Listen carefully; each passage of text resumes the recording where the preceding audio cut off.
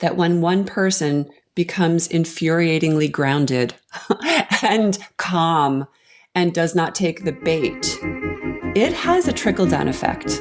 And now... Aye, I'm the captain now.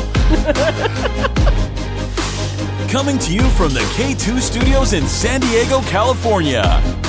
This sounds great. You sound amazing. I always sound amazing.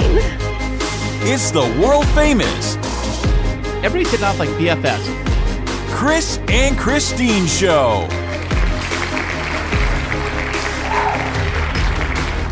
Hey, what's happening, everybody? How are you doing today? Thank you so much for listening, and I am Kris. And I'm Kristine, and welcome to episode 128 of the Kris and Kristine Show. Fantastic. We have been so busy. Well, especially... Oh, are you putting your busy badge on? I put my busy... Thanks for letting me borrow it today. I'm borrowing Kristine's busy badge. You look, it looks pink with a cute I don't flower keep saying on it. I'm busy. I just get the work done. No, you are busy, so you do get the work done. I know, but I don't say it all the time. I'm busy. I just stop talking and I do the work. Yes. So, as you might remember, on a previous episode of the Kris and Kristine Show. Last time on the... It's like one of those flashback things, like, last time on the Kris and Kristine Show. Give us the recap. Kristine was mentioning she was going into a work week where she had like 1,800 events happening in like 3 days. So, and you had a best friend flying into town to help you with those amazing events you had to do. So how did it all go? It went fantastic. It's the first time for Christine Smith Designs that we did back-to-back events, 3 events in 3 days. And then yesterday, after I took Kira, my bestie, to the airport to fly home, I just fell into like Sleeping Beauty slumber on the couch for like 3.5 hours because my body was so tired. It can be like that. When you just go. And then you're just like, you just got to crash. It's like that moment when you have all the kids here and you're just like crazy chaos. Like, take the kids to school and get your lunch. And where's your lunchbox at? Okay, why aren't you wearing pants? Get your pants back on, or like put your shirt on, all that stuff. And then you get them to school and you get home, you drop them off and you're like, yes, I know the feeling. Yes, well, that's about where I'm at in my life right now, but I'm hopping into an even busier week coming up. So, no way, busier than the last week? Well, I don't have 3 events, but I do fly out tonight to work up in Fresno for 2 days, and then I fly home on Wednesday night, and Thursday morning I have to go to the flower market super early because I have a styled shoot that night. And then on Friday, I have to drive up to LA to pick up Ezekiel, and I'm going to meet with some clients while I'm on my way, and all of that while working full time. Do you think it's possible that maybe, I'm just saying hypothetically speaking, that maybe Ezekiel's dad could take him all the way down here? No, he wouldn't do that. That would save you like 3, 5, 4, 6 hours. No, but I enjoy the drive, and I'm going to meet with my clients that are up there for their final details meeting because their wedding's in a month, and so we're going to do like, I'll take a half day off, go meet with them, get Ezekiel. Plus, I love driving with Ezekiel. He catches me up on his life and jokes around with me. And it's just quality time with him that I don't get for him by myself with him very often. And I'm just really excited to have him home for Mother's Day weekend with me. I was kind of thinking about that. If you're going to go on a first date with somebody, would you say yes or no to say like a long road trip to 2 of you? It's like a first date or just get to know you kind of date. Would it be a first date? Well, how about a get to know you kind of a thing? Because I think that like you can either go 2 ways in the car. You can go I'm going to listen to music and tune you out, or we're going to have a conversation. You know what I'm saying? For me personally, I wouldn't go on a long drive with somebody for a first date because you never know where that other person is going to drive you to. And if you aren't feeling safe. Oh, right. But if you aren't feeling safe, then you still have to drive all the way back with them. Or if the date isn't going well and you're uncomfortable, like as a woman, you always have your own exit plan. And so it's normally like drive our cars, meet together, and then we leave separately because... Yeah, it's just a safety thing. I wasn't even thinking that angle at all. The angle I was thinking of was just being in one spot together for a long time, having a conversation. It could be. But why are you asking about dates, dude? You're married. Okay, calm down. Don't tell me calm down. Okay, red flag words in our relationship. What are they? There are calm down and Relax. Relax. Which relax. Is the same thing. Which you just said, calm down. I was like, don't say that. Okay, relax. Take a chill pill. That's right. Ladies that are listening, if the man in your life is ever to say to you, calm down, tell me that it's not a bigger trigger for you. Because it's like, I'm not validating what you're going through right now. And then it's like playing into that whole stereotype of women are hyper emotional. You just need to calm down. You take a chill pill, all right? Oh, somebody's got some fighting words today. Trip to the pharmacy, ask for some chill pills, all right? They sell them on the counter. I know. Hey, speaking of long road trips, I can tell you a story. It's crazy. So I was dating this girl a long time ago. Oh my gosh. What story doesn't start with Kris was dating this girl? My question is, how many girls did you date, Kris? A couple. More than 2. Less than 1,000. So I was dating this girl a long time ago, and she told me, this is her story, not my story. So she told me that there was a guy that she I think she went on a first date with this guy. Might have been a first date because she barely knew the guy, what it sounded like. And they took a road trip, like an overnight road trip to Las Vegas from San Diego, just going all the way up there just as like a turnaround. Like you go all the way up there, you go there for the night. You don't stay the night. You just go there, gamble, play, whatever, and turn around and come back home. Wait, it's not like you're just like going to downtown San Diego. That's like 5 hours each way. 6 hours plus being there plus 6 hours. That's like a total thing. I've heard of people doing that. Did you do it? I've never done that. Oh, I thought you were saying energy for that. You know, okay. I mean, I'm energetic, but not that energetic. You know what I'm saying? Because you have to. And I asked her, like, how was the ride back? Because you're all excited going to Vegas and you're tired and you got to come back with the poor guy. Obviously, you didn't leave him there. Did you leave him there? Because that'd be another thing too. But you brought him back, and then I've heard of stories where people have done that, where they've done this whole road trip to Vegas, just turned around and come back, but. That is way too much. I mean, you're so tired. You're talking like at least 12, 14-hour day. And over half of that is driving. Or more than most of that's driving, really. Think about it. Well, I don't know exactly what the point of you bringing that up was. But being in a car with a person that long that you don't even know is a stranger. You're going to Vegas. Yeah, but why would you do that? 6 hour drives there, 6 hour drive back. And they didn't end up married? On a first date. No. Well, you never know when people are like, let's just go to Vegas. It's normally like, let's go be spontaneous and get married. But I've never known anybody to just, like, why wouldn't you just go to Saquon?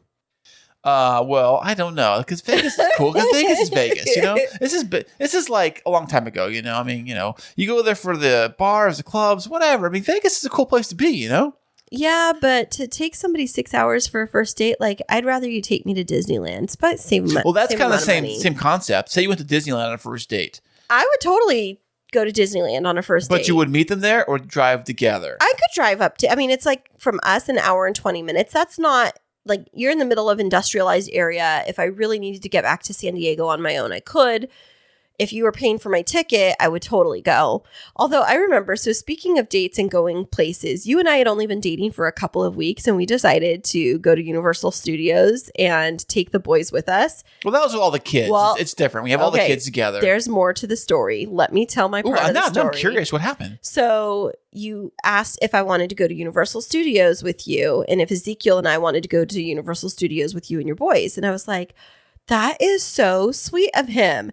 And then you texted me for what the cost was going to be for mine and Ezekiel's tickets. And I was so caught off guard because I was like, but wait, you just invited me to go. I didn't realize like you invited me to go and be like Dutch treat where we're each paying for our own. And you said, no, let me finish. And you go to Costco and you're like, okay, so the tickets are at Costco and then they're this amount. And I'm like, okay. And you're like, so are you going to go? And he goes, so are you going to go and get them on your own or are you going to pay me back? I said those words. Yes. And I was like, so caught off guard. Like, if I could probably search through my text messages. Actually, I have a new phone now and find those historical texts. And I was like, ladies, if you had only been dating a guy for a couple of weeks and he called to invite you to Universal Studios. I would think that means like, like, okay. You be honest. Okay, I will be honest. If it was going to like First of all, you never assume you're paying for anything. Let's be real. Okay. In this relationship, let's be real. Whenever I say, honey, let's go out to dinner, and you're like, when the check comes and you look at me and you're like, well, you invited. but I'm saying, basically, if I'm alive, I'm paying. Okay, thank you. Cheapskate of the year. Well, I always know when you say, hey, I'm not bringing my purse. That's code word for you're paying. I'm going to do that from now on. Universal Studios. I forgot my purse at home. That's a code for that, really, you know. But I think because it's a bigger ticket item, we were just dating. It makes sense to like, hey, maybe you pay for your ticket, I pay for my ticket. No, because we were dating, you should have been romancing me, taking. I invited. Did I not invite you? You invited me, and then you asked if I would split the cost of gas too. I did. I did. And then you made us pay for our own meals too. We went into a restaurant and you took like Jacob and Mason up to the front and you were like, I think it was like a Panda Express or something. Yeah. And then you looked at me like, almost like, don't cut in. And I was just there and I'm like, this is so awkward. I've never had a guy do this. Maybe I was spoiled. I didn't date a lot, but I did get spoiled when I was dating. How many dates have you gone on with a father with 2 kids at the same time? Oh, well, none except myself. I never really met guys. That shouldn't have a difference. It should have. If you're inviting a lady and her child, a lady friend and her child, you should be assuming the financial responsibility. I mean, I'm a feminist. I can stand on my own 2 feet. And I don't know how we got on this, but it was like it was the road trip date. So if you were to be taken on a road trip date, and the guy was to ask you to split the cost of gas, ladies, what would you say? Would you give him a second date? What if he said, hey, I'll drive, but you pay for the tickets? But that's not what even happened, because I ended up having to drive home because you were so grumpy at the end. You were like, I'm so tired. And I was like, do you need me to drive home? You're like, yeah. Do you know how to drive a truck? I was like, yes, I know how to drive a truck. It's automatic. And you're like, okay, fine. Well, I'm just going to fall asleep. And I was like, okay. And you're like, but we're going to need gas because it's at half. And I was like, okay, I'll get gas in it. And then, oh, you're so sweet, baby. I know. That should have been my red flag that I was going to be your sugar baby the whole time. Well, this is why I kept you around. I was like, I think this is a big test. If she could pass this test, then she's golden. You know, I was testing you. This is like a major test. You were testing me. Yes. When I should have been testing you. What would have been my test? To be like, well, we're just going to have a standoff at the register and be like crossing my arms to be like, okay, pony up, boy.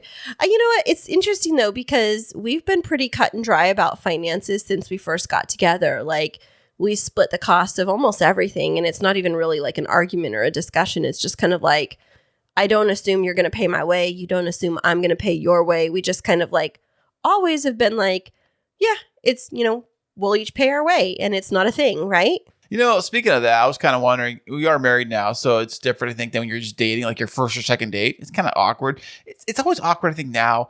A lot of guys say this. A lot of guys will say, hey, equal rights, equal pay, equal paying for the bill. If you guys want equality, you ladies want equality, then, hey, you can equally pay the share of your bill. Well, I'm not going to argue with that because things are expensive. And I think it just depends on your perspective on dating. Like, if you're wanting to be romanced and swept off your feet, that's like that Disneyland type of mentality of the white knight is going to come in on, or the knight on the white horse is going to come in and he's going to try and rescue me.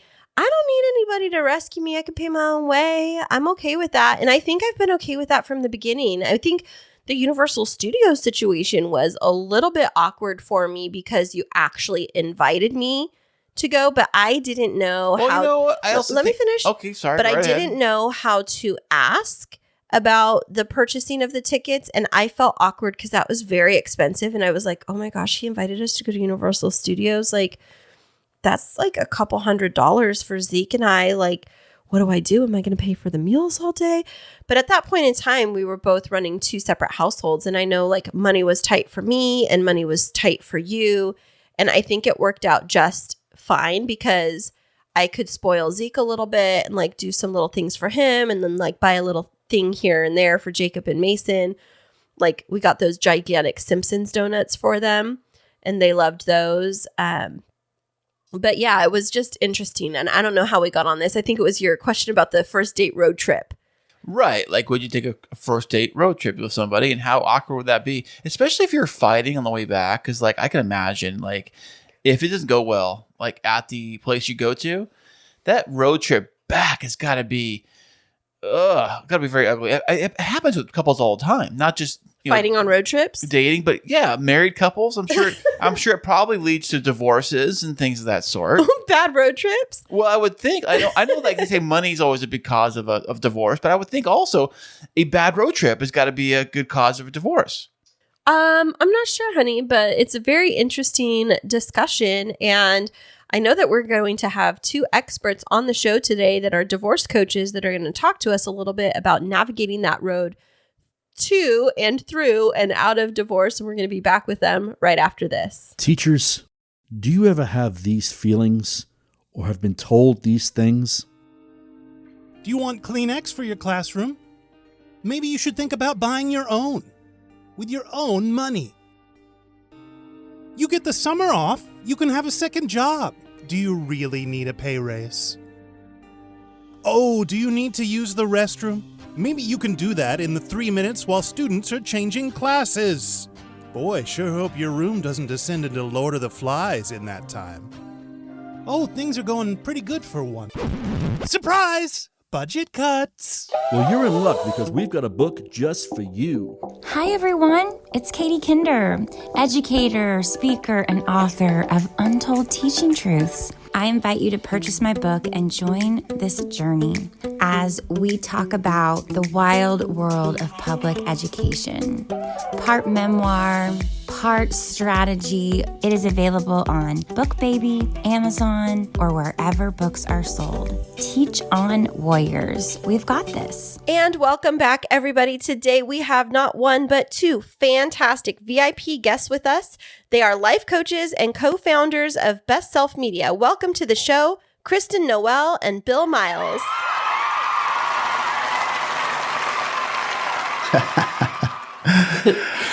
Thank you. We're so happy to have you. The crowd was going wild already. The crowd is crazy. That's awesome. Hey, guys. Well, we are so excited to have you on the show today. But before we hop into our fantastic conversation, where are you both joining us from today? We are in the Catskill Mountains, Woodstock, New York. New York, huh? Okay, now the Catskills, isn't that like the setting of Dirty Dancing? It sure is. Oh, I knew it. You know, I've never seen that and movie. we live in the town, Woodstock, where like the town that's famous for the concert that didn't actually happen here. Oh, like the Woodstock. You know, it is Woodstock. It is 4:20 as we record this today. Don't say that, Kris. Inappropriate. But okay, so you're coming from New York? Yes. Yeah. Both of you. Yes. Fantastic. So are the Catskills like big mountains, small mountains? They are like 4,000-foot peaks. So they're kind of like, they're not big mountains, but they feel big when you're in them. But That's mostly like- they have a beautiful energy about them, and they're gorgeous to live in. And we really are right in the foothills. So literally within minutes outside our door walking, you're going uphill. Nice. That's like San Diego. There's a lot of hills here too. The local mountains here are about 4,000 feet at the peak also. So we kind of get the feel for what you're talking about. Yeah. Yeah. Yeah, absolutely. It's a beautiful area to live near mountains and nature. But I want to hear a little bit about the two of you. So how do you two know each other?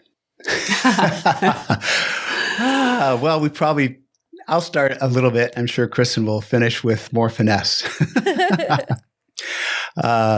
I come from a background of photography and film directing.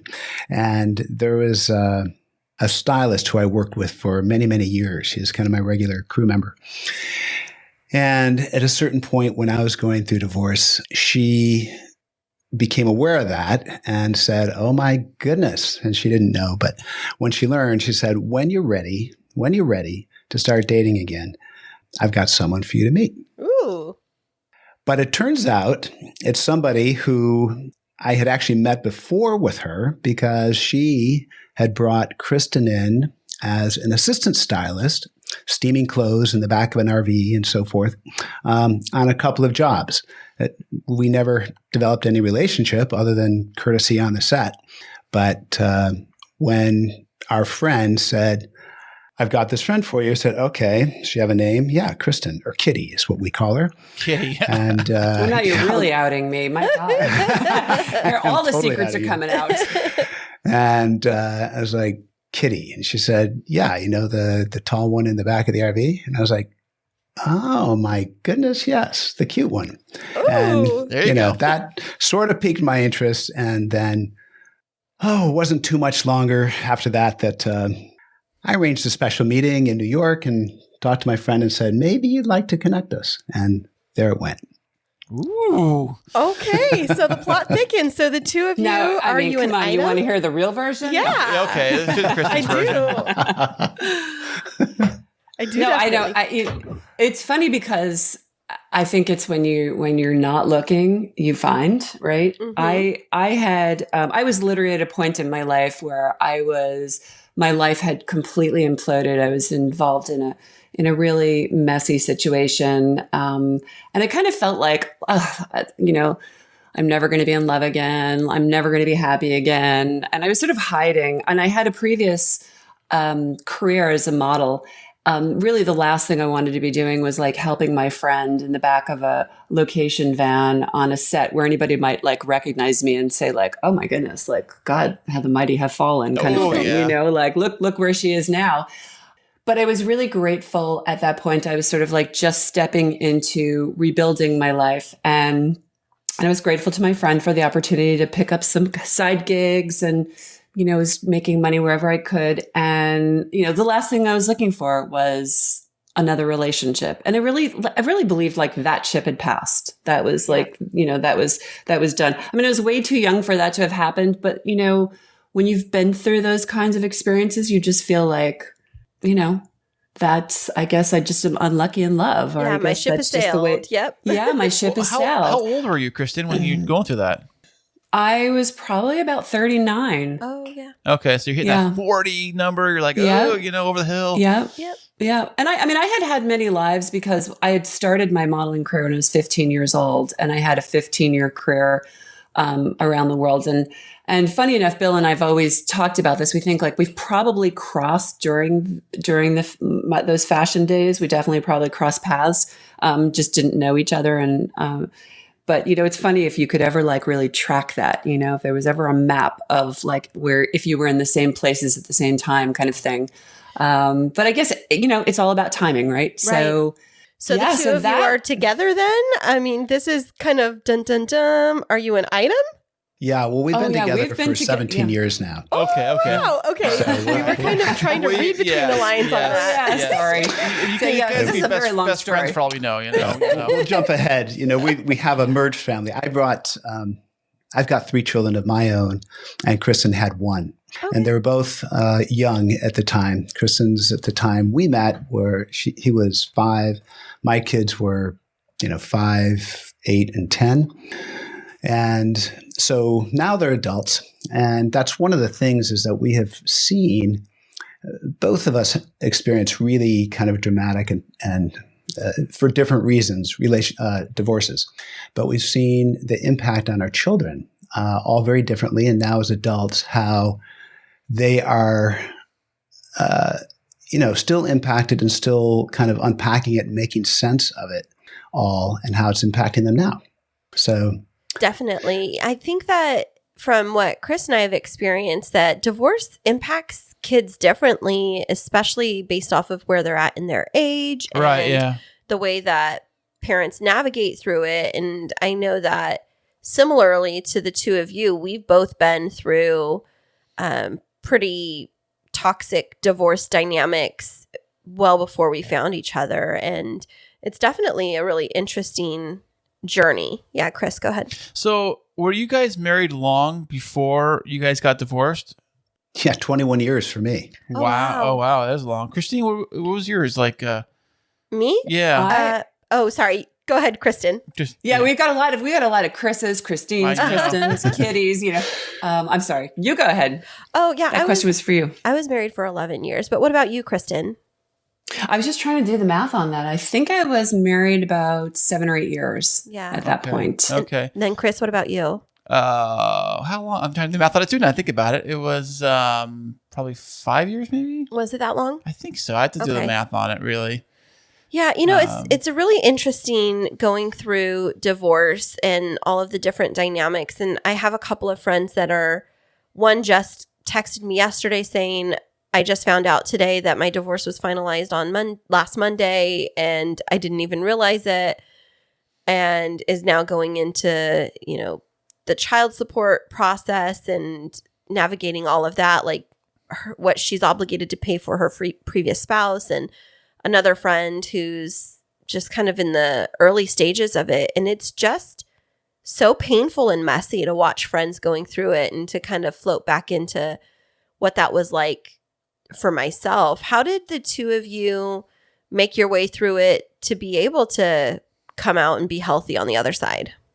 Well, that's a multi-pronged answer, honestly, because, in the beginning, again, we had all kinds of logistical complications. Number one, our divorces weren't final. We lived in 2 different cities. I was in New York City and he was outside of Boston. So we had like physical distance between us. And then we had our individual, complicated divorces to deal with. And I think, it's funny because just sort of pushing ahead a little bit, I feel like, where we are today and what we're doing, which we'll get to later, is just, we begin to create what we need to learn, right? Mm-hmm. We begin to teach what we need to learn. We gravitate towards what we need to learn, right?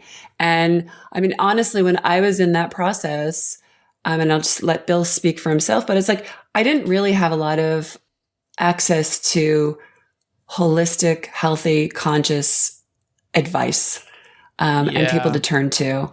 I think most people don't when they first happens. Like you're just filled with rage and anger. And sadness. Well, there's so much emotion, right? Mm-hmm. It's so volatile. It's so emotionally charged. There's so many, like basically, what people don't realize, or maybe they do once they've been in it, but it's like it affects every aspect of your life. Nothing is untouched, right? Nothing's untouched, right? It's like your physical well-being, your spiritual well-being, your children, your house, the energy, your money, your time, your life, how you feel about yourself. Even going forward, is like when I was saying to you, I kind of like, here I was. I mean, I laugh at myself now, but 39 years old, I thought my life was over.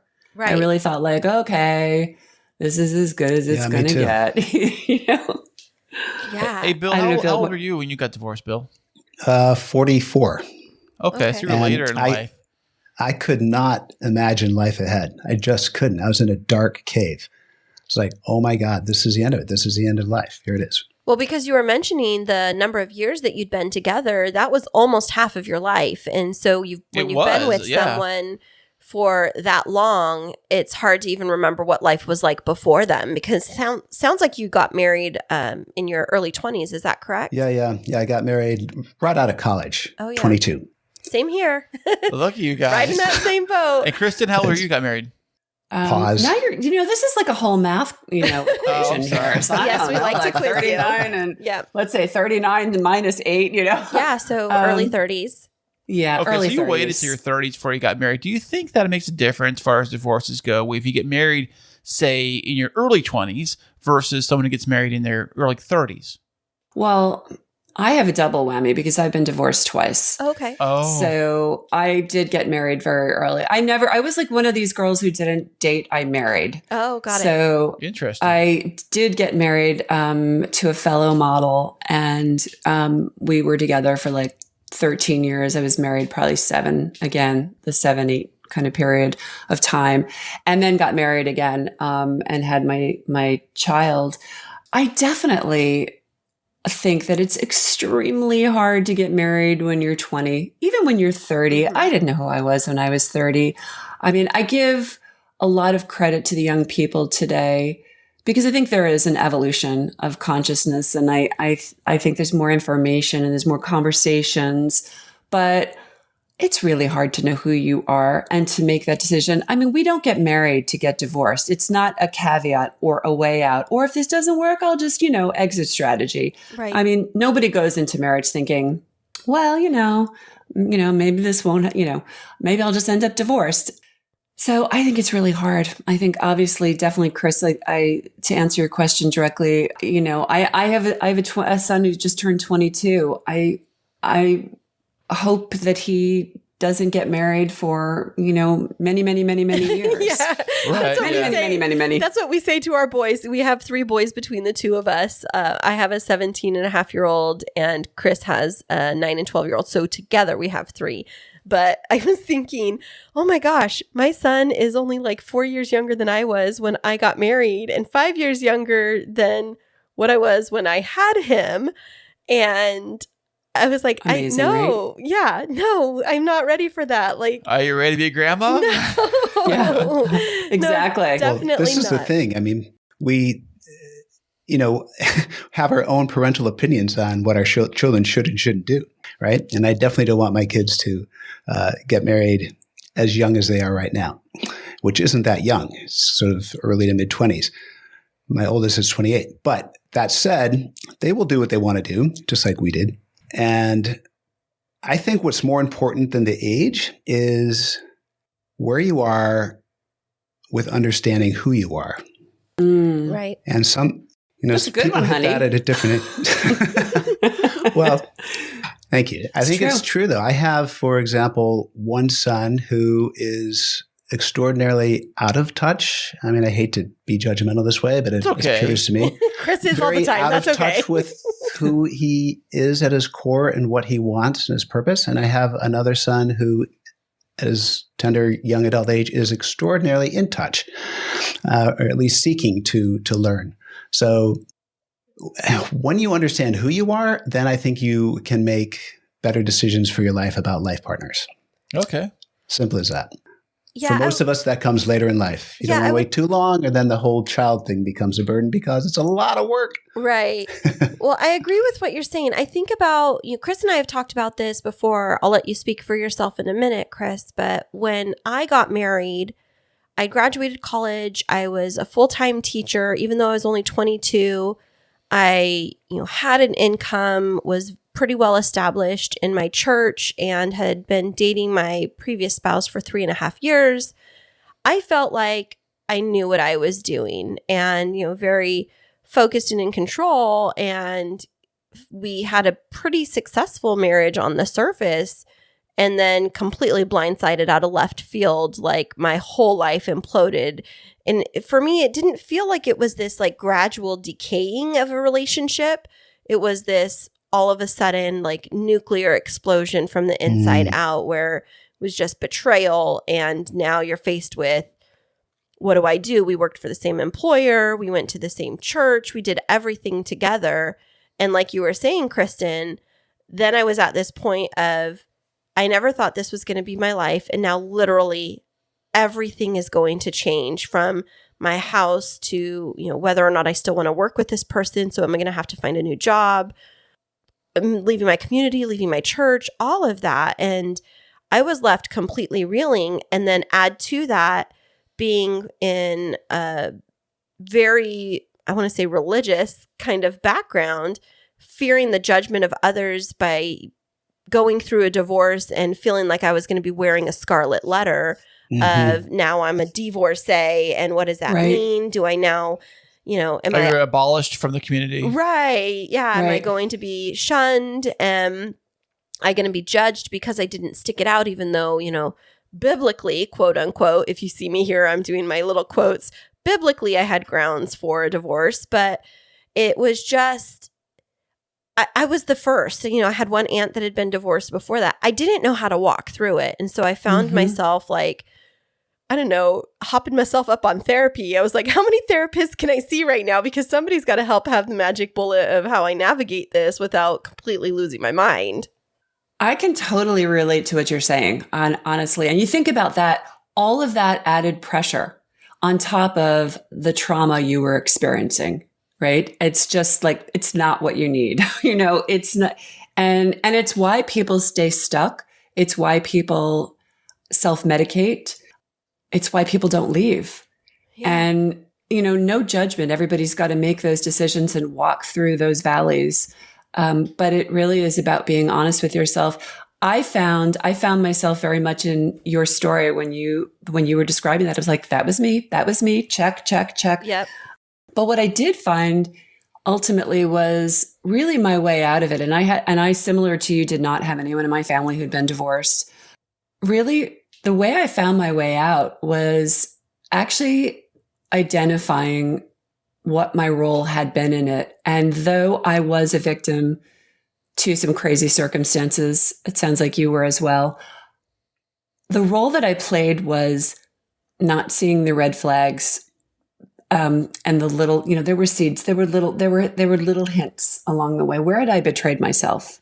Even just as much as saying, am I really connected to this person?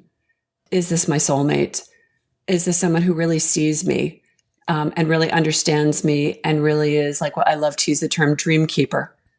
Does this person, huh? Yeah. Yeah. Somebody, I always say Bill didn't save me. Bill saw me. Ooh, I like that. And when someone sees you, they're your cheerleader, and it's the person that's behind you saying, you can do this. You've got this, because you have to do that for yourself. We all save ourselves. Nobody saves us.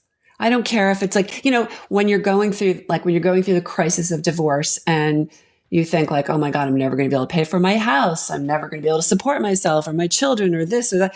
Sometimes it's very easy to sort of reach for something, the shiny penny, okay, but is that really going to change? Is that really going to save? Is that, do you need to be saved? Can that save you, or do you save yourself?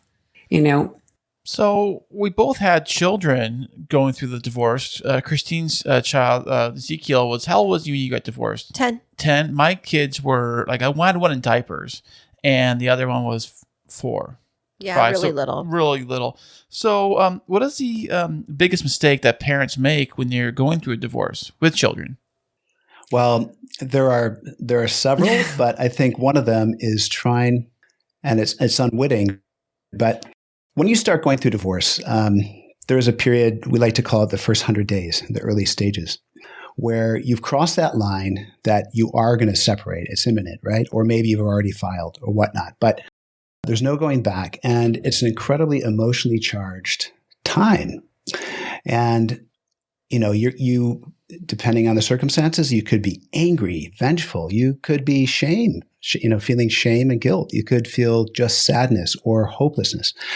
But during that 100 days, you're also asked to make some critical decisions that will set the tone for your financial security and your emotional security and that of your children for years to come. And I think the mistake is that you just step into trying to make those decisions anyway and plow through them without being in a grounded mindset. And you end up listening to the advice of everybody but yourself. Right. You listen to your lawyers, you listen to your family, you listen to your friends. And they all have well-intended advice, but the one you really need to listen to is yourself. And I don't think people spend enough time honoring really what is their intuition, their inner voice. Well, do you think it's because their intuition led them into the situation in the first place, and they're like, I'm doubting that now? I think it's the opposite. Yeah. I just want to pipe in for one thing. I think the biggest mistake is, there's 2 things. One, you cannot embroil your children in this divorce. And oftentimes parents use their children as sounding boards. They use them as pawns. They want to, have a tug of war with them. It depends on how old they are. But still, even parents of young children can use them as a pawn, use their children as a pawn. Now, you can't, you really want to you need to have a big filter. You have to have a conscious filter on with children and, really be mindful of, remember something, they love their parents. They love mom and they love dad. Even, they always say, even children that have been abused, they still love mom and they still love dad. We can't control who our children love. We don't want to tell them how to feel about something. what we need to do is create like a safe container for them. One, and again, it totally depends on how old they are, right? Right. But yeah. you've got to try to keep them out of the mix as much as possible. Now that doesn't mean, hey, come home and pretend like rainbows and roses, nothing's going on here, because your energy will penetrate the house and they're feeling everything. They're little energetic sponges. They're feeling it all. So you've got to find a way to create a space for them to be able to communicate how they're feeling and to be able to communicate with them what is going on, but it's got to be in sound bites. That mainly you're creating a foundation beneath them that says like, hey, the ultimate message here is mom and dad are going through something difficult. It's going to be okay. We are figuring this out. You are safe. Beyond that, you go find your friends, go find a therapist, go find your lawyer, go find a mediator, go find somebody else to talk to all these details. Don't ever talk about money with your kids, because what that translates to is, oh my gosh, we're not going to get to live here anymore. We're not going to have food. You know what I mean? Like it's just, they're just going to process it in a very, very fearful way. And that's where seeds get planted and a lot of emotional damage is done. And parents think like they're running around trying to put fires out, right? Oh, I've got to get a lawyer, and what about my money? What about my house? And what about this? And oftentimes the kids get shoved to the side. It's like, we'll deal with this later. We'll clean this up later. Well, we're here to tell because of what we've seen with our own children, the further you push that away, the longer you go with that, the deeper the wounds. So guys, when it comes to children and divorce, how is the best way to really break it to the children that mom and dad are no longer going to be together? What would be the best approach for children, say at age 10? Just put a number out there. Well, like Kristen said, whatever it is, it's got to be truth-telling.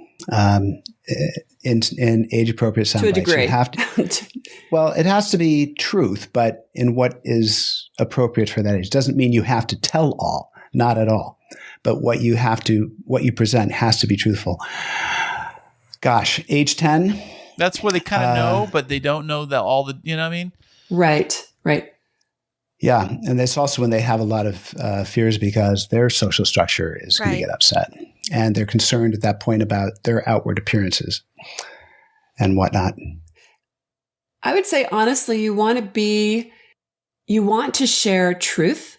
And for example, sitting them down and saying, you may have noticed, mom and dad have been fighting a lot. You may have noticed things have been angry in the house. And sort of create some open-ended conversations like, how has that felt for you? What kind of like experiences have been coming up for you? I want to know, you're fostering this foundation of like, we're in this together, right? And I want to know how you feel matters. And you'd be surprised, your child might answer something, that might shock you. And you want to just, peel it back and say like, well, so you see like, kids in school, when there are kids in school that are fighting, we separate them. We try to avoid, this conflict, this fight, this whatever, that may ensue. Mom and dad are contemplating, it depends where you are in this, but, mom and dad are contemplating a divorce. This is, we've given this a lot of thought and we think this is going to be better for our family. You know what I'm saying? So it's like, you're starting to create something for them. But while you're telling them this, it's not, you don't want to give them the details. Well, your dad did blah, blah, blah. And your mom had an affair with the milkman. And, exactly. You really, it's got to be always at the forefront. Like, what's going to be the best way? Your kids need to know, like, Bill was saying, it's like, they need to have the truth. They need to have that, but it's a palatable version of the truth, something that you can build on. And, they might catch you off guard. They might ask you a question that A, is inappropriate, or B, you don't know how to answer. And it's actually okay to say, that question's inappropriate, or I don't really feel ready to answer that question, or I need to think about that. The details of it are really not important. It's what's important is that we both love you and we're going to make sure that you're safe. Mm-hmm. All right. Now, going through this, am listening to you all and thinking, I could have never done that. I was an absolute wreck. I was emotional. I was crying. I tried to keep it together. And the more that I tried to keep it together, the more I fell apart, the more stressed I was. And so it sounds like, and I'm not trying to be cynical, but I am, it sounds very fluffy. And like parents that are navigating divorce if they're fighting, and it kind of pours into every area of their life. And so I guess my question is, as people are going through that, when do they have enough time to come up for air and be like, oh, I'm going to reach out to Bill and Kristen because I think they can help me through that? Like, can you walk us through what actually happens where people get to that breaking point? Because to be honest, my first thought isn't, I'm getting a divorce, let me get coaching for divorce. I don't know how that transition happens. So fill us in.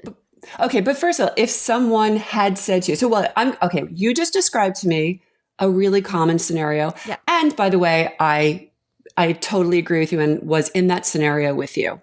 My question to you is, though, any life situation, any interruption, any trauma, drama, we will get out, we will land on the other side of it, right? Yes. The question is, how are we going to land on the other side of it? Yeah. Are you going to land on the other side of it a frazzled, worn out, crazed mess? Or are you going to have, are you going to be somewhat intact? That doesn't mean this is a massive, massive upheaval. I just didn't have the tools. I didn't know that this existed. I didn't have the self-agency. I mean, I'm sure you can say you can look back in your life. I used to be way more dramatic, way more eruptive about, just about anything. I walk through my life. I navigate through my life very, very differently now. That is a result of having gone through some really dark periods, but also having done my work, having done the therapy. Listen, I've done it all. I've gone to therapy. I've had life coaches. I've had more green juice than anybody. I've lit candles. I've gone to, I've done it all, right? I've had, slept. I have crystals. I have, I've read every self-help book there is out there. And I feel like each little piece of that kind of gave me a little kernel or nugget of information about how I want to navigate my life. And believe you me, it's a work in progress. It's never perfect. There's plenty that I have to go and clean up. But I will tell you right now, if I had known what I had known then, what I know now, I would not have gone through divorce like that. And yes, I had like very, very dramatic events that happened, like that literally turned my life upside down, I lost everything. And I was pretty hysterical. But being hysterical didn't change the circumstances in the situation. Right. Nobody. So go ahead, Bill. What I was going to say, and Kristine, in response to that is, okay, so you're blown apart. Your life has been ripped apart. You're crying. You're lying awake at night. You don't know how to get through this and so forth. For most people, certainly for me, you feel very alone, even though you know objectively that millions of people go through divorce. When you're going through it, it feels like you're the only one. Yeah, like you're the first one and the only one, and that there will be nobody else after that. And the biggest loser, and so, right? Yes, absolutely. Yeah. Right, and there's so much, shame, failure, all sorts of things associated with that. But so you ask, so how am I supposed to get from A to B? How am I supposed to make that leap to knowing what to do? And the answer is really to at least know that you're not alone, and there is a path. There are tools out there. You may not know them. You may have never accessed them in your life, but there are strategies and approaches and tools, if you're willing to seek them, that can help make it easier for you and for your children. And so you sort of tossed out coaching, and I know we haven't really introduced that. And just as background, this journey that Kristen and I have been on of kind of rebuilding from our own ashes led us to create Best Self Magazine, that was about 7 years ago, which has become a leading voice for holistic health and conscious living. It's really how to take agency over your life and empower you to design the life you want, control over your health and your mental well-being. Most recently, we've parlayed our experience through the divorce and Best Self Magazine to a coaching program specifically to help parents navigate divorce. So if you know that there's somebody out there who can help you, who's been through it, and can shine the light on the pitfalls and literally hold your hand and give you a toolbox, then that's how you can get to the next level. You don't have to know all the answers. You just have to know I don't know what I'm doing and I need help doing it. Right. Or you just have to say, I don't want to do it this way. I don't want to do it this way. This isn't good for me.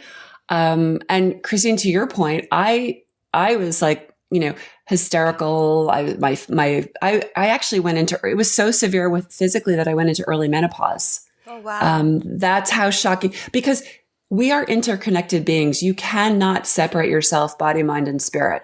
Right. People think like, oh, that's a bunch of woo-woo stuff that I'll just deal with later. And like, occasionally I'll work out and occasionally I'll have a, green juice. And, occasionally I'll meditate or pray or, have a spiritual life.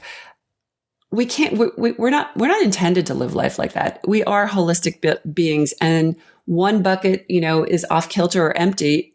It's going to start barking. And so to Bill's point, it's like, you don't have to know how to do this, but you just have to know, I don't like where this is going. I really want this to change. I need help. It's really just saying, I need help.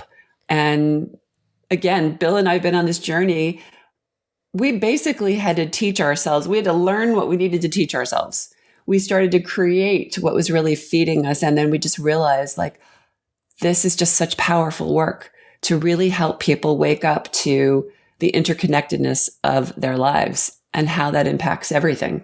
Now, building off of that, Kristen, because our lives are so interconnected, I'm assuming that with your coaching program, you typically have one member of the divorce party that's coming to you for support.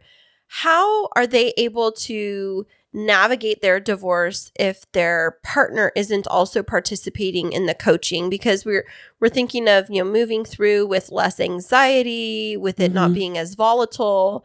But if you're only one part of it, what I know is sometimes there's like an aggressor in the divorce where there's somebody that's trying to bait you or manipulate you. And how is your approach different so that it doesn't have to be both parties coming to the table? Well, number one, it takes two to tango.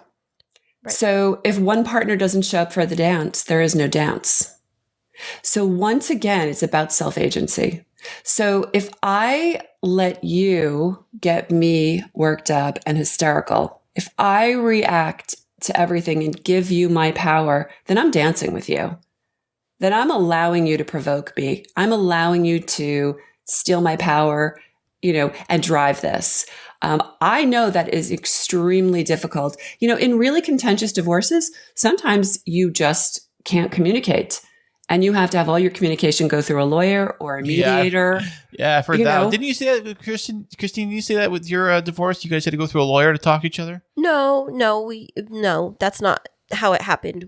But I know that for some people with like child custody issues, they can't even text each other. They have to go through these like monitored apps because it gets so aggressive. There's an app for it? Was it called Divorce App or something? No, it's like a child custody. It's like a monitored app that all of the texting can be turned over to the courts to make sure that it stays. No way. Yeah, definitely. But you were saying, Bill, that yours became that contentious? Yeah, we actually went through, we could not speak. It always wound up just a disaster. And so we wound up communicating through lawyers, which is a waste of money and it's stupid. Oh, yeah. Lawyers aren't cheap, as I checked. Yeah, well, I was just going to say the only people that benefit from that, the only people that benefit are the attorneys, and they will drain your life savings. Not because there's any malevolence there, but it's like they're just there to do a job, and as long as you keep fighting, You keep paying legal bills. And the retainer fees are ridiculous. Divorce is extraordinarily expensive. I mean, that's not news. The ramifications can be hundreds of thousands of dollars over the several years, right? If you factor in child support and alimony and so forth. And we certainly don't mean to bash lawyers because they play an important role. And, our work, we are not therapists. We're not child psychologists. We're not accountants. We're not lawyers. And you may need all of them.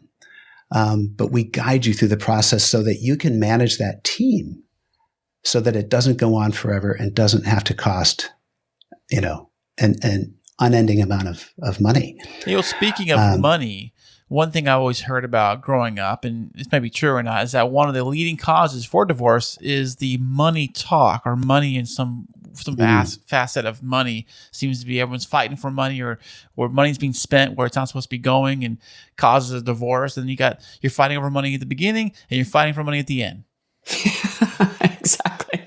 Isn't that the irony? So, yes. Well, I always refer to this, the big buzzword now is conscious uncoupling. And I always say, well, we need to really look back at unconscious coupling first. Because, it really is, where are your motivations? Lots of people marry for money, right? And that's just a fact. But, there's also really a price to pay for needing to be right, and a price for revenge.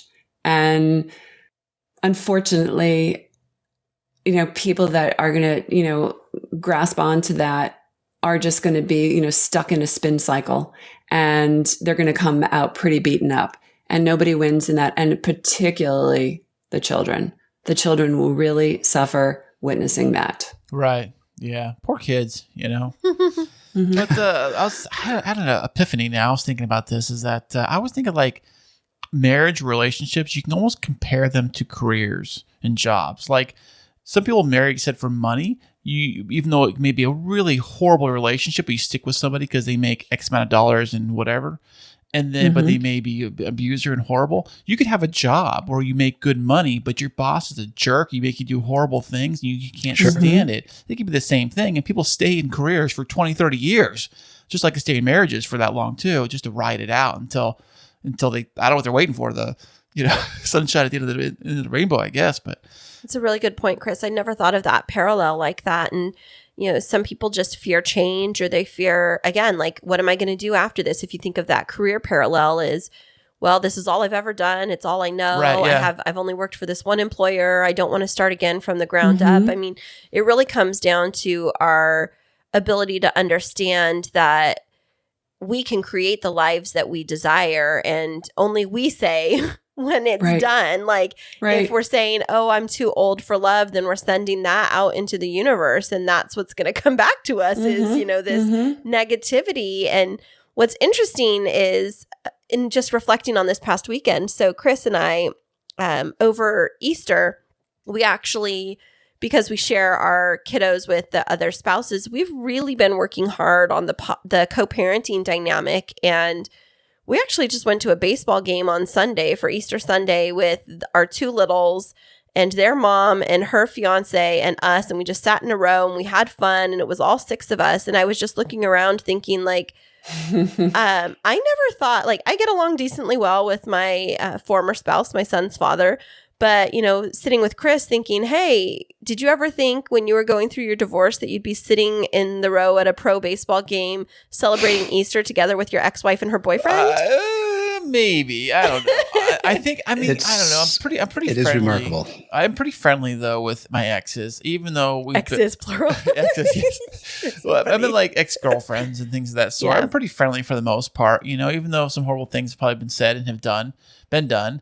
I try to be very friendly. Like, I'm always a pretty forgiving, kind person. That's who I am, naturally. So I always kind of like forgive and forget. That's the way I kind of roll with stuff, but that's just me.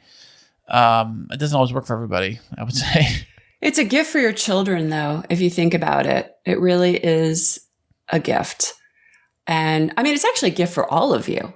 It doesn't mean, there was a great line someone once said to me, forgiveness doesn't mean we have to do lunch. Oh, yeah, that's a good one. we can just sort of like, pull the energetic charge, right, out of the wall and just, kind of move on with your life. You do you, I do me, and we're going to, work together, communicate in the best way possible for the benefit of our kids, right? And Kristine, I want to go back to what you had said to me about how do we work with parents. We don't work, we don't work, we usually just work with one person, one parent in the divorce. But I'll tell you a beautiful thing that happens. And I know it's hard to believe when you think back to the contentious nature of, the triggers and the initial stages of the divorce, but it really is possible that when one person becomes infuriatingly grounded and calm and does not take the bait, it has a trickle-down effect. It has a trickle-down effect on the other parent. It has a trickle-down effect on the children. Even if the other, you've got one parent that's constantly baiting and baiting and baiting, when one parent can learn to just stay grounded. And again, this is not like airy-fairy, like I don't think they're not going through deep emotions, right. But they're just learning, what is this going to cost me? What is this costing me, like, to get hysterical, to be running around, to be up at night, to be tormenting myself? There really is a price to pay for that.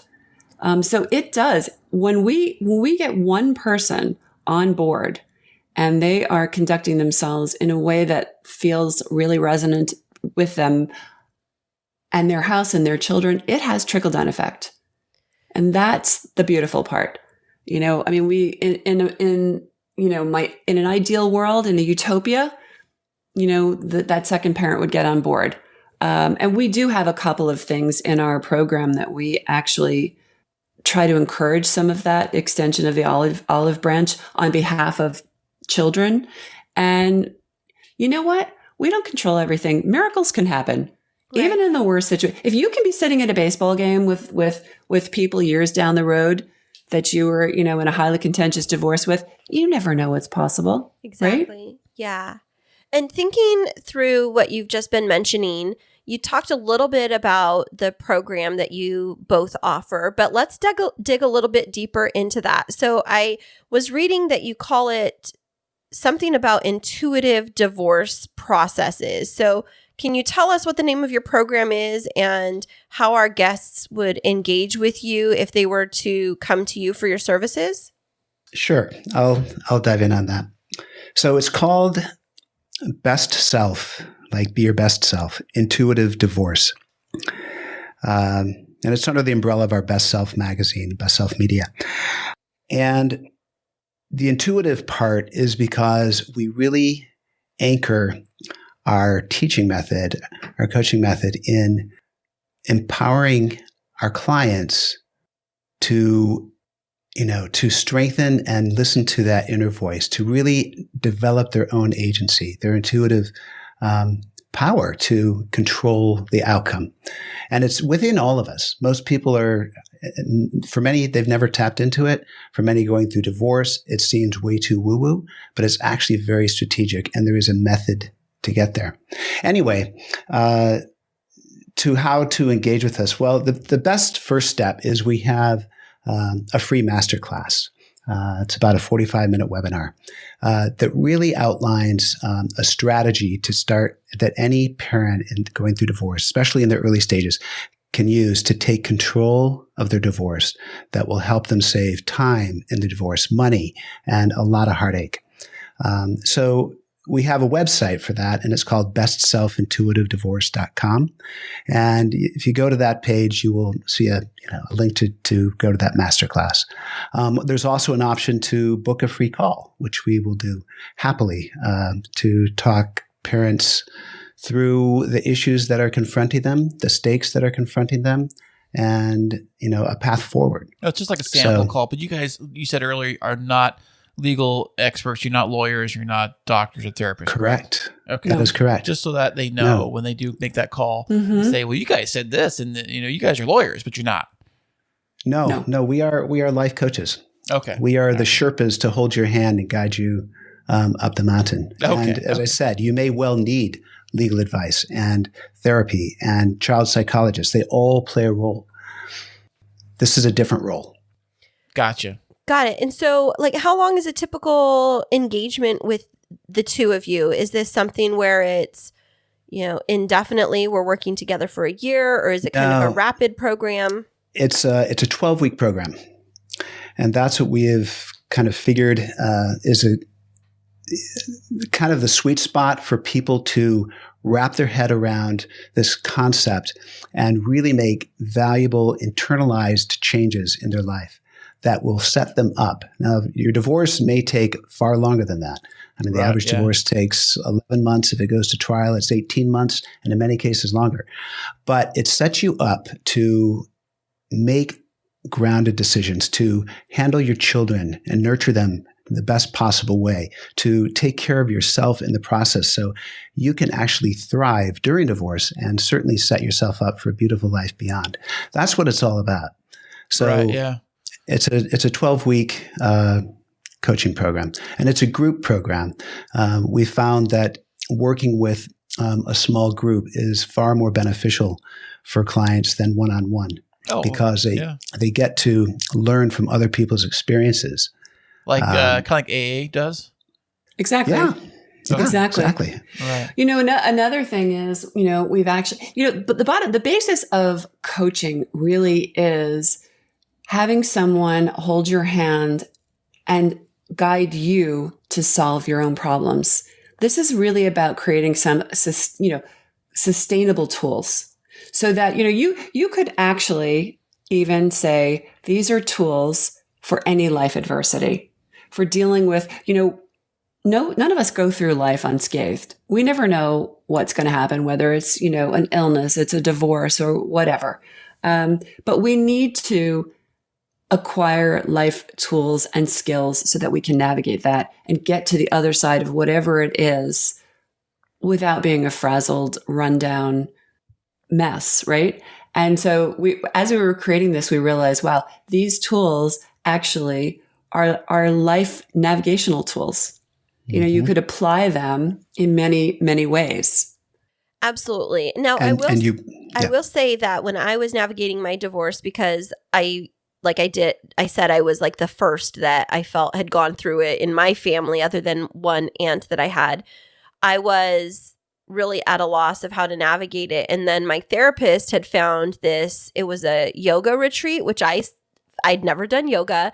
And I felt like that sounded like Fruit Loopy and like New Agey. And I was like, I don't know about that. But I was at the point where I said, why not? Like, I have nothing to lose except for whatever money I invest in it. Worst case scenario, I'm getting this time away to recharge and kind of reframe my thinking. But they ended up having, it was a life coach that was there, and it was an intensive. So it was 3 days it was all women that had gone through betrayal trauma with their spouses. So whether they were porn addicted, sex addicted, whatever it was, and it was all designed for us. And I spent 4 days there. And I will tell you that was the smartest decision that I ever made during my divorce, was to go to that process, to connect with myself, to kind of work through some of the challenges that I was facing, to ground myself and set some boundaries for how I wanted to navigate my divorce in the future, and then get really clear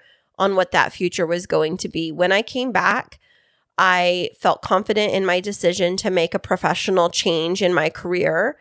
And then things started to click together after that. And that was a real turning point. And so while I was at the beginning being a little bit cynical, I did find something like this. And I will say that it really transformed the divorce proceedings after that, because I didn't engage in the negativity. I was really clear on, my son being the focus and doing what was best for him. And at that time, it meant my ex wanted to fight me for whether or not my son could move with me to this new town for my new job. And it was asking my son, what did he need in that process? And what he needed was to stay present where he was. And while, if it was all about me, it would have been uproot him and take it with me, because I wanted him with me, but then focusing on, what his needs were. And it just changed the tenor of the whole negotiation, and things went pretty quickly after that in terms of the divorce. But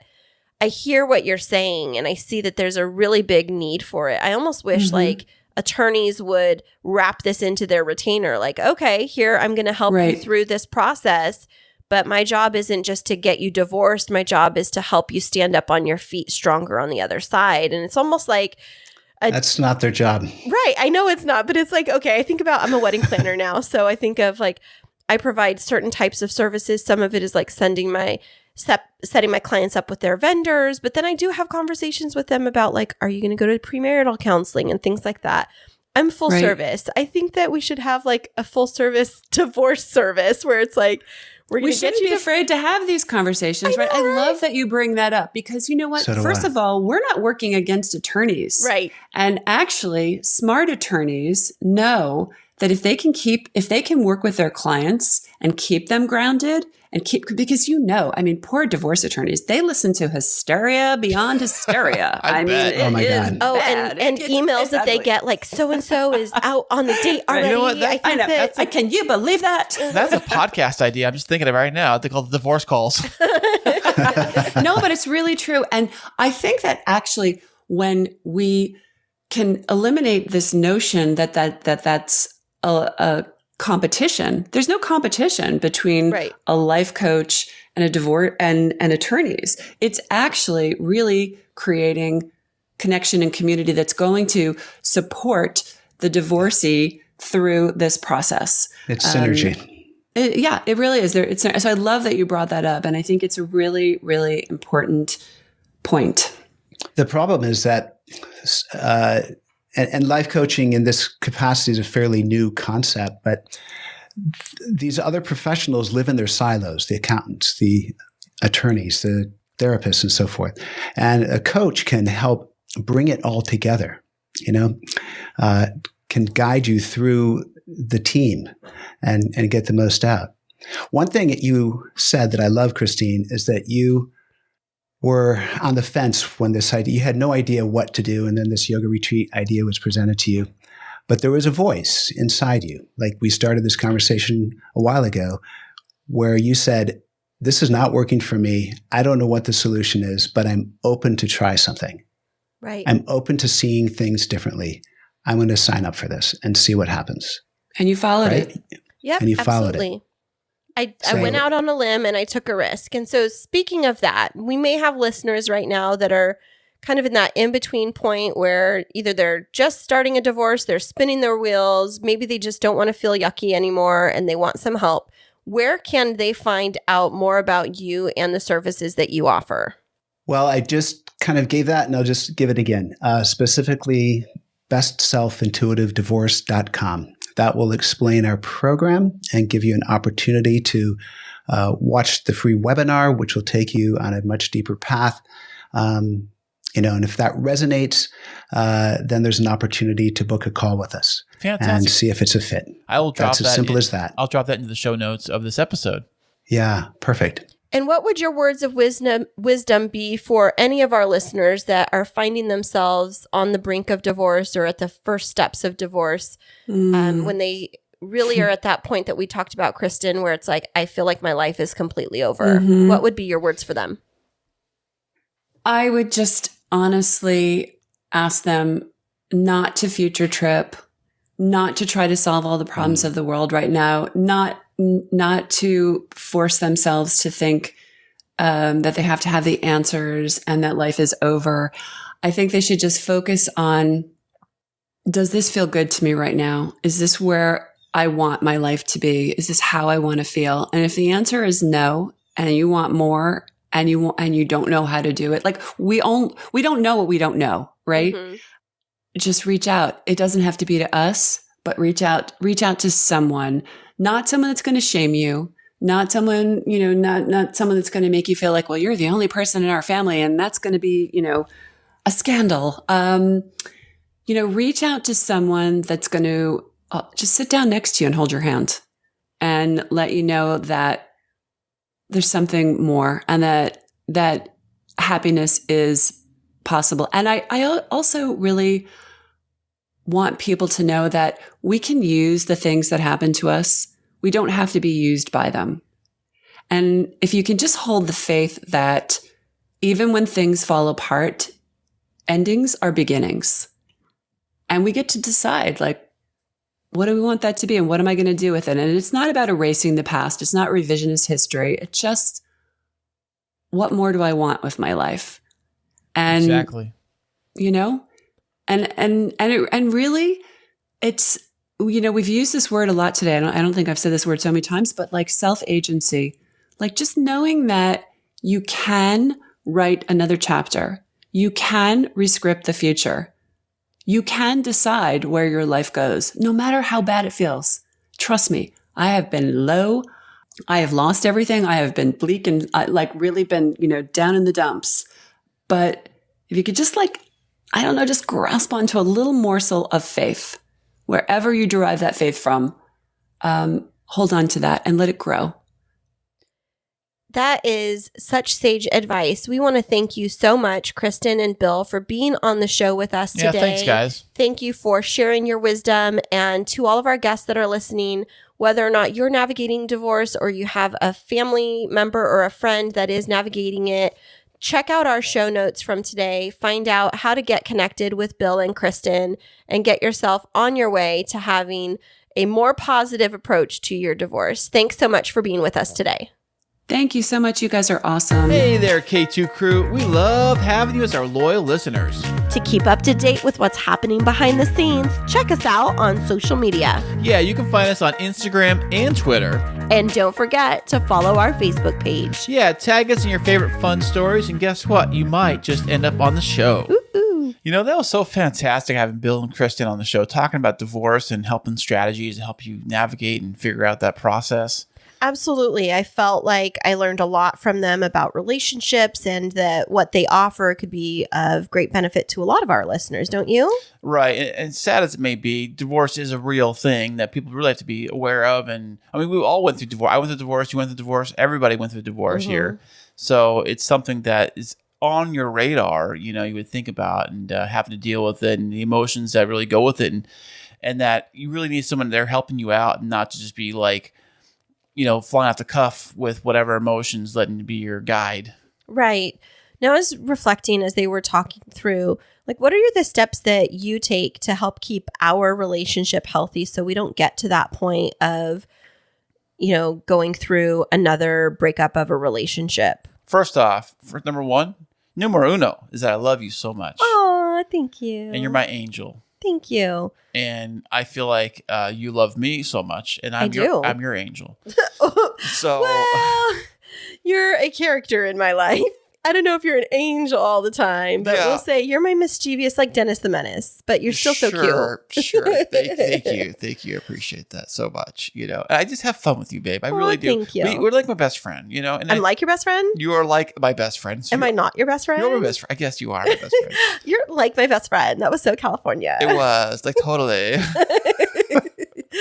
But what does that mean? Because, you know, it takes so much to make a marriage work. And I think about that. Like, what are the steps that we take to almost insulate our marriage from the potential of fracturing? Because it's like, I feel like when people get divorces, it's like there's all of these little, unless it was like some major catastrophic event, there's these little tiny fractures, or even like if you think of them like splinters that kind of get in the way along the road. And I think it's helpful while we were talking about navigating divorce to also talk about what we do to keep our relationship healthy. Well, one thing for sure I would say is to be open and honest about pretty much everything that you can and have a clear communication with your spouse, because that is one key element that most marriages, the communication seems to fall through, where one thought of one thing, we're doing this weekend, no, we're doing that, no, you're not, you're doing this, or I have to do this instead, but how come you didn't tell me you're doing this? You know, it can trickle into a lot of things, and it can really kind of go into other facets, like who's going to clean the kitchen, like the dishes, they're your dishes, not my dishes, why do you do the dishes? And then it's, you know, I thought you said you're going to do the dishes, no, you're going to do the dishes. Yeah, so I think setting clear expectations and talking through routines. I think that the other thing is really trying to not take things as personally, which is something that I'm continuing to work on because you are a very blunt individual. What? And you have very little filter when you communicate with me. And so for me, it's like stopping and asking myself, how did he mean to say that? Did he really mean to be that mean right in this exact moment? What are you talking about? Me being mean? Yeah. Never. Yes, but it's just interesting about like how we communicate with each other. And there's so many times where I'm like, yeah, whatever, Kris. And I don't mean it in a negative way, but you'll get so amped up over something. And then on the flip side, I get very emotional. Like this morning, I was very overwhelmed with work stuff. And I was like, don't bother me. And you were like, oh, well, okay, screw you. And it was like, we didn't mean it in that way, but it was the message. Oh, you took it that way, though, by the way. You did say it that way, but it was just like, okay, just give each other space for a few minutes. I'm super stressed out. And I don't always have the words for it. But then again, it's like at the end of the day, not taking it personally where it's like, you said this to me and making it into a huge fight. But I think that the talking through everything is definitely a big component of it, and taking an interest in the things that are important to one another. That's right. Because to you, it may not seem that your stuff, or to me, it might sound your stuff is important, or you might think that my stuff is important, but it really is to each person. It is important for that person. So you have to really respect that. Absolutely, which is why I do this podcast with you, because I know how important it is, and it's our podcast, and it's one of our babies with Clover, who's sitting next to me right now, being the other one.